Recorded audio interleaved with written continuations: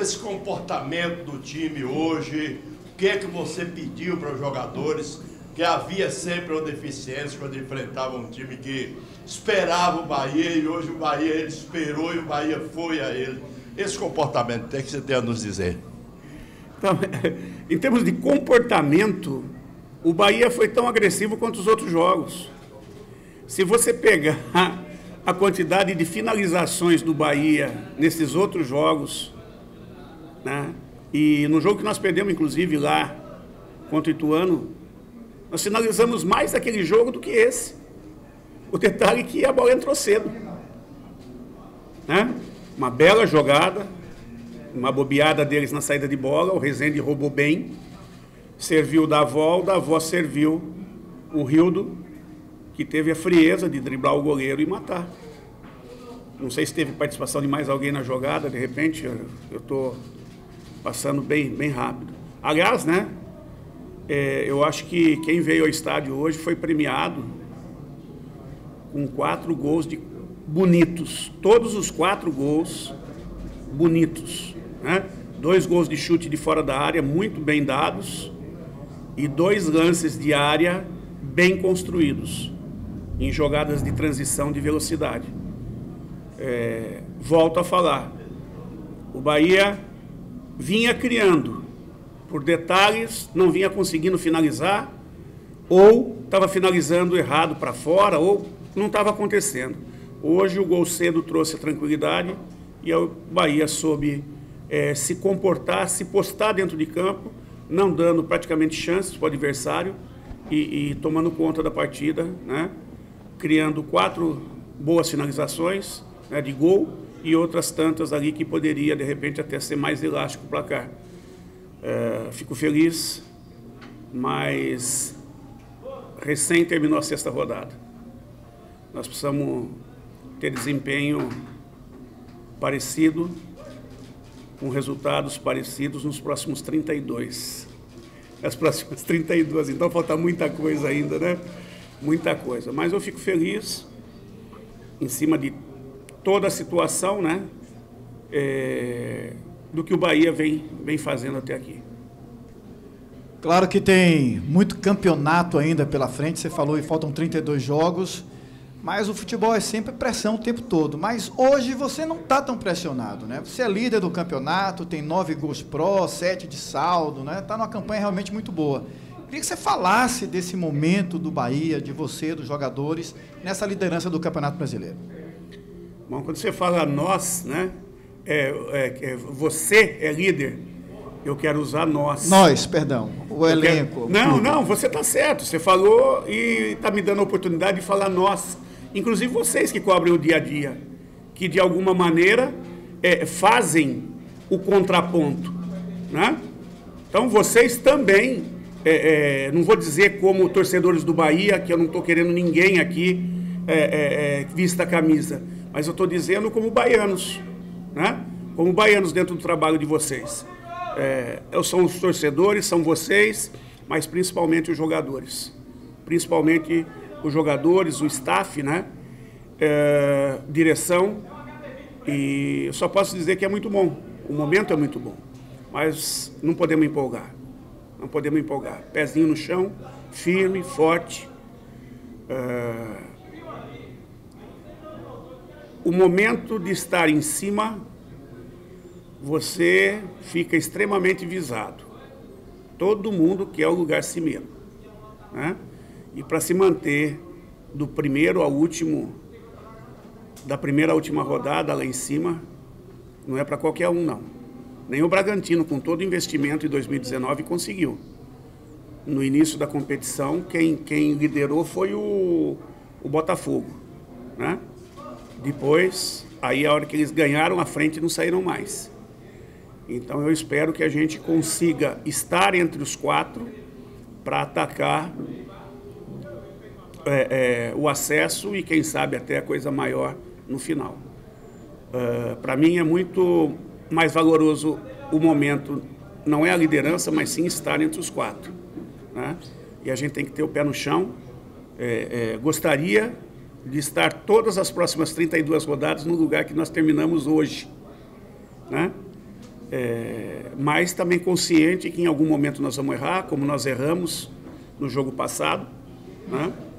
E o mais importante é manter a média, né?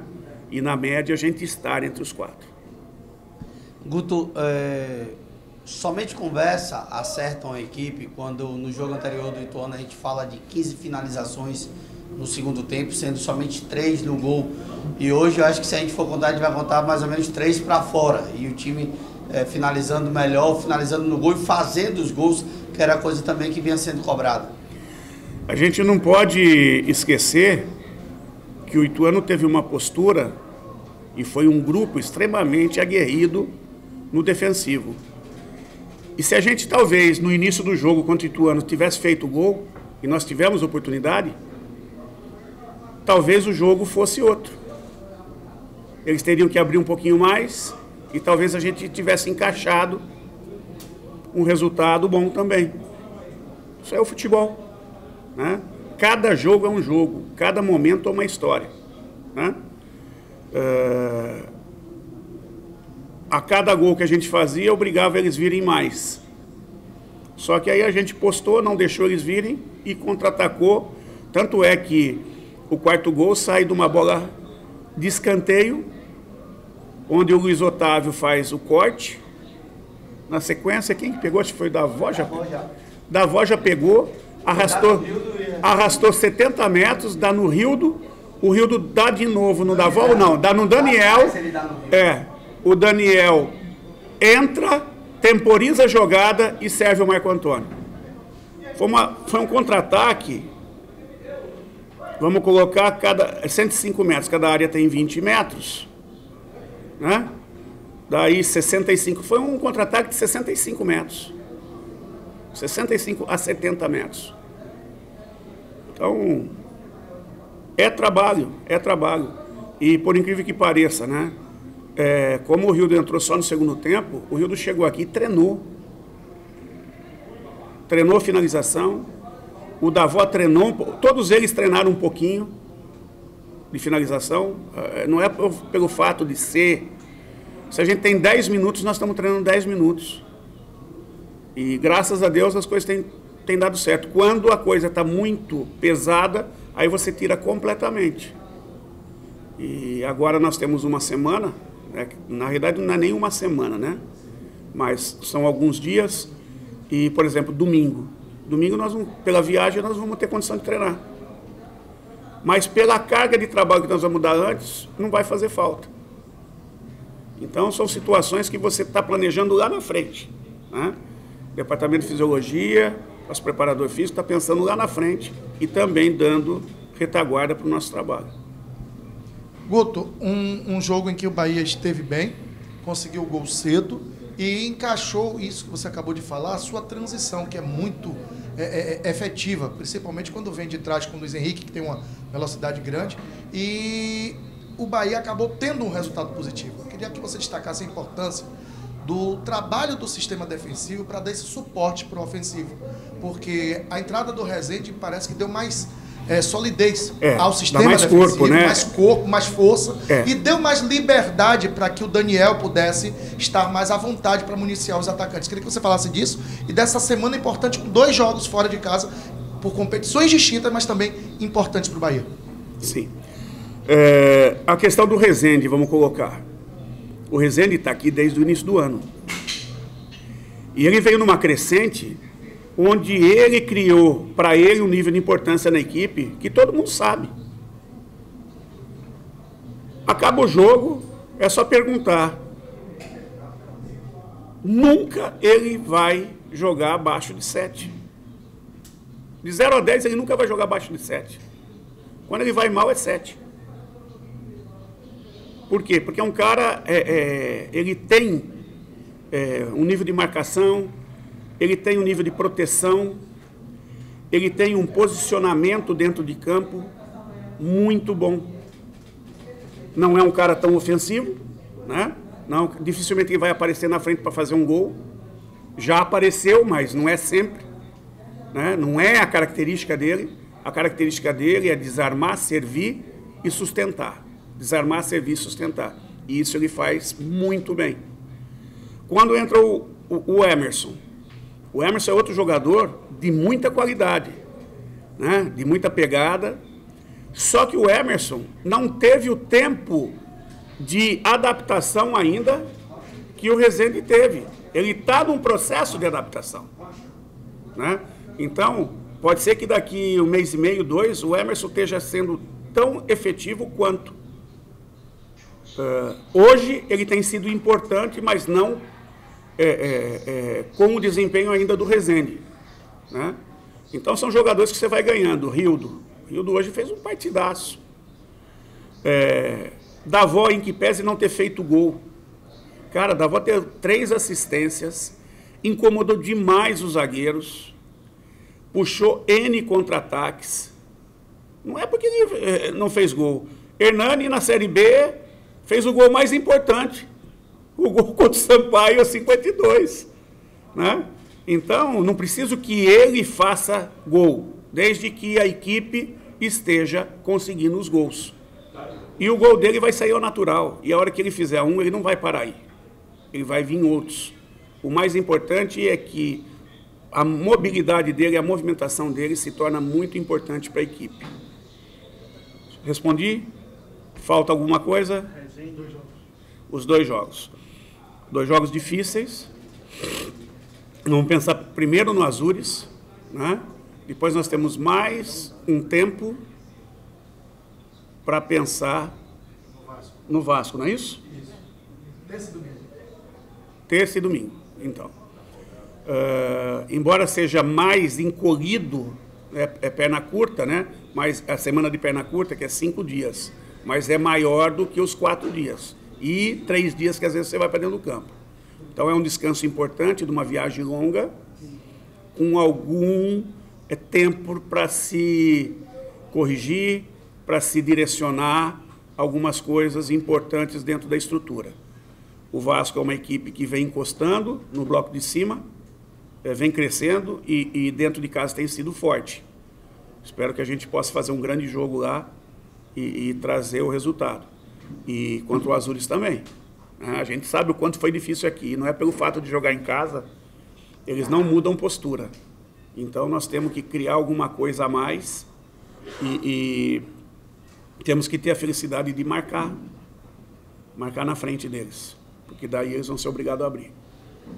Guto, boa noite, parabéns pelo resultado. Resultado importante, construído no primeiro tempo. E aí eu entro num ponto que você até já comentou, de ganhar jogadores. Tanto o Gregory como o Rian tinham ficado fora da relação contra o Ituano, por exemplo, mas agora foram relacionados, entraram no jogo, ganharam alguns minutos. Queria que você comentasse a importância desses minutos que esses jogadores ganham e também ganhar esses jogadores, quem sabe, para uma oportunidade mais à frente, ganhar mais minutos e, quem sabe, ajudar o Bahia nessa campanha que será longa e vai necessitar de jogadores. Então, vários jogadores... Sempre que a gente tem condições, a gente oportuniza. Quando a gente está trabalhando no Bahia, e foi assim na vez passada, no acesso eu não tinha ainda, quando eu cheguei em 2016, eu não tinha ainda os jogadores com uma certa maturidade para colocar. E aí eu só colocava o Éder para jogar, que era o cara que estava mais maduro para aquele momento. E aí a torcida reclamava que eu não punha ninguém da base. Aí entrou 2017, nós começamos a colocar. Aí recuperamos Jean, colocamos o Becão, colocamos Juninho Capixaba, Marco Antônio, por causa do campeonato estadual, pusemos vários jogadores ali, e aí fomos filtrando aqueles que foram se destacando. E os que foram se destacando estão aí. Todos saíram com sucesso. O próprio Marco não saiu em definitivo, mas teve sucesso na Série B no Botafogo e hoje vem se tornando uma das principais peças da nossa equipe.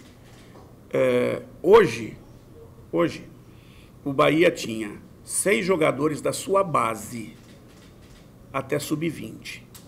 E se contar Inácio, que jogou no sub-23, são 7 jogadores. Tiveram em campo. De 16 jogadores que tiveram em campo, 6 formados na base e, se contar a transição, 7. Tinha mais alguém no banco ou não? da nossa... tinha Gabriel e Bahia. O que é a busca? É a busca de fazer um trabalho sério que possa também deixar um legado dentro do Bahia. Formar um legado dentro do Bahia. Um legado de jogadores da casa, de jogadores que valorizam o clube, não que os outros, esse grupo valoriza muito, jogadores que podem futuramente ser negociados para que possa respaldar o clube de alguma maneira, né? E isso tudo é um processo.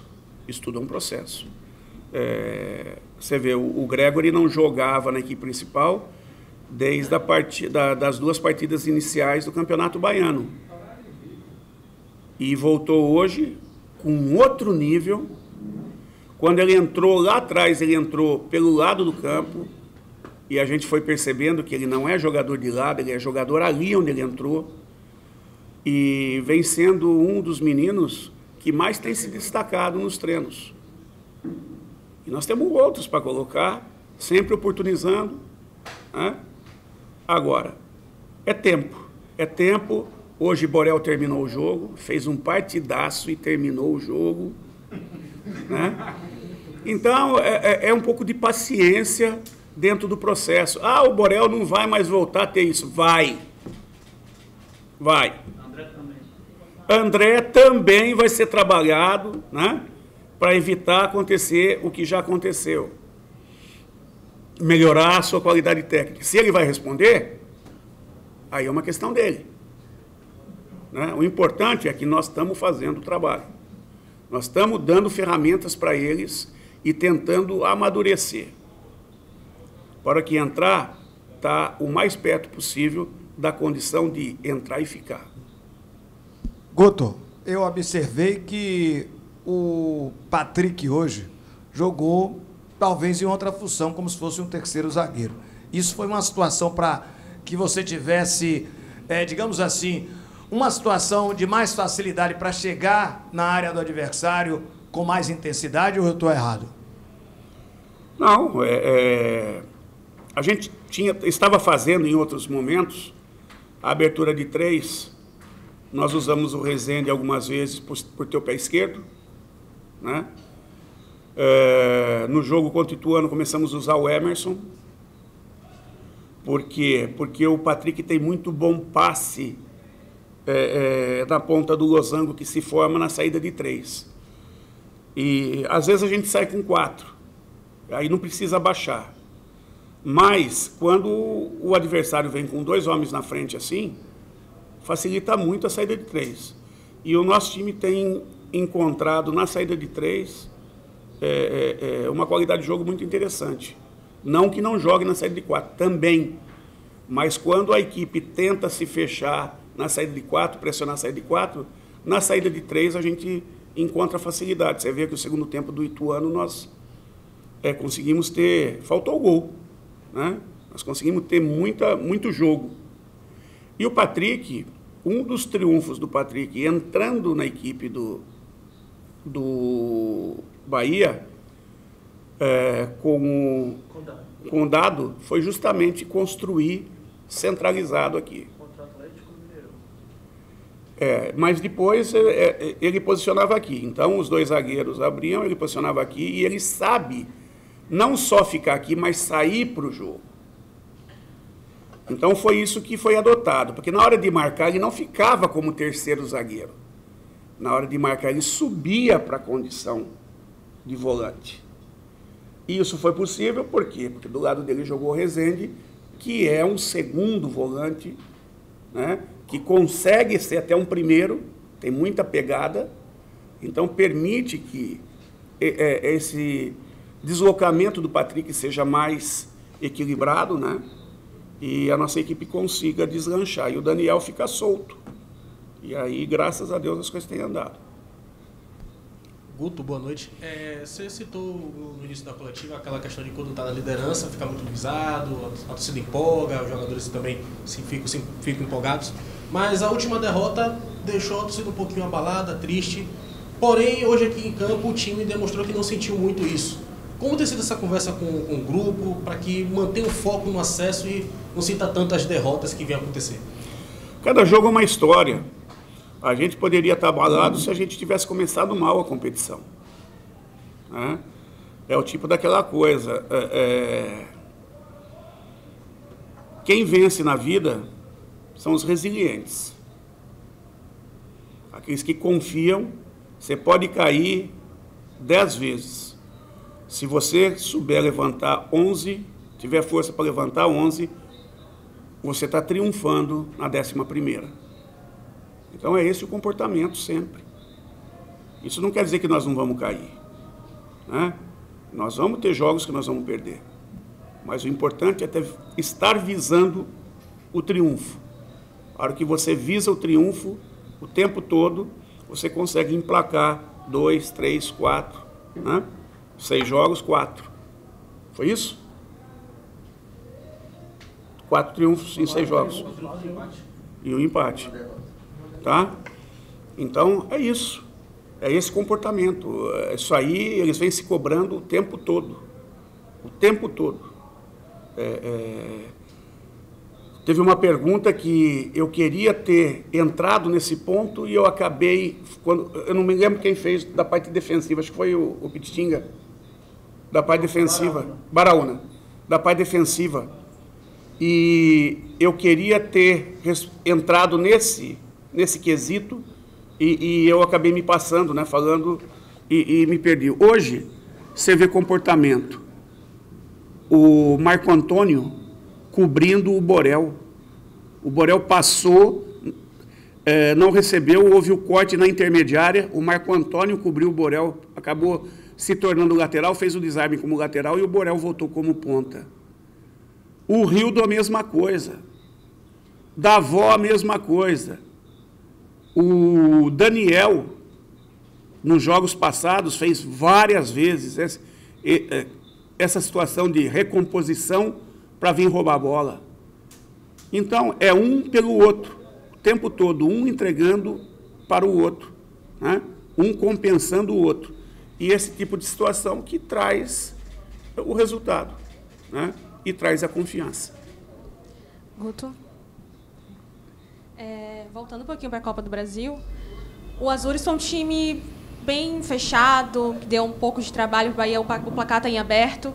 O que fazer para tentar reverter essa situação do Azures estar tão fechado e o Bahia não ter conseguido marcar, como foi um placar elástico hoje? O que fazer como é que você está estudando isso para tentar quebrar? E também a questão da arbitragem, né? Que a gente comentou também na coletiva depois do jogo. Não adianta. A questão de arbitragem, não adianta. Hoje a arbitragem foi... Não é porque nós ganhamos o jogo, não teve problema nenhum. Não sei se pelo o resultado, nem falta, nem nada. Foi beleza. Primeiro gol que deu impedimento, mas o VAR... mas o VAR corrigiu. Depois né? analisou a falta de Rezende. Oi? Ele deu impedimento, mas a análise foi demorada pela falta de Rezende, uma possível falta de Rezende. Tá, então... eu procuro colocar para os jogadores para não se preocupar com a arbitragem. Porque não tem o que fazer. Ele apitou, não tem o que fazer. Ele não vai voltar atrás. Quem pode corrigir ele é o VAR. E o VAR você não tem contato. Então não adianta. Oi? A Copa do Brasil não tem VAR. Nós temos que jogar. Nós temos que criar situações dentro do que eles nos oferecerem de espaço, o mínimo que seja, para poder fazer gol. Fazendo um gol na frente deles, tudo pode mudar. E aí nós temos esses dias aí para criar algum tipo de alternativa que possa nos dar essa situação. Guto, boa noite. O Rodaiega ainda tem chance de voltar essa semana. E ele voltando, dá para ele jogar com o Davó juntos? Você está falando uma coisa que eu não estava sabendo. Você conversou com o médico falou que ele pode voltar? Não tem informação, ele pode voltar essa semana ainda? Você está perguntando. Ele pode voltar. Tá, eu achei que você estava afirmando. Não, perguntando se ele vai voltar. Eu estava feliz da vida.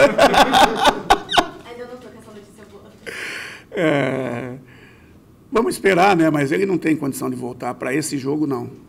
Para esse jogo, não. E ele ainda não começou a transição, né? Espero que essa semana possa evoluir bem e, quem sabe, nas próximas. Mas ainda está em processo de recuperação. Tá? Desculpa, é que eu entendi uma coisa.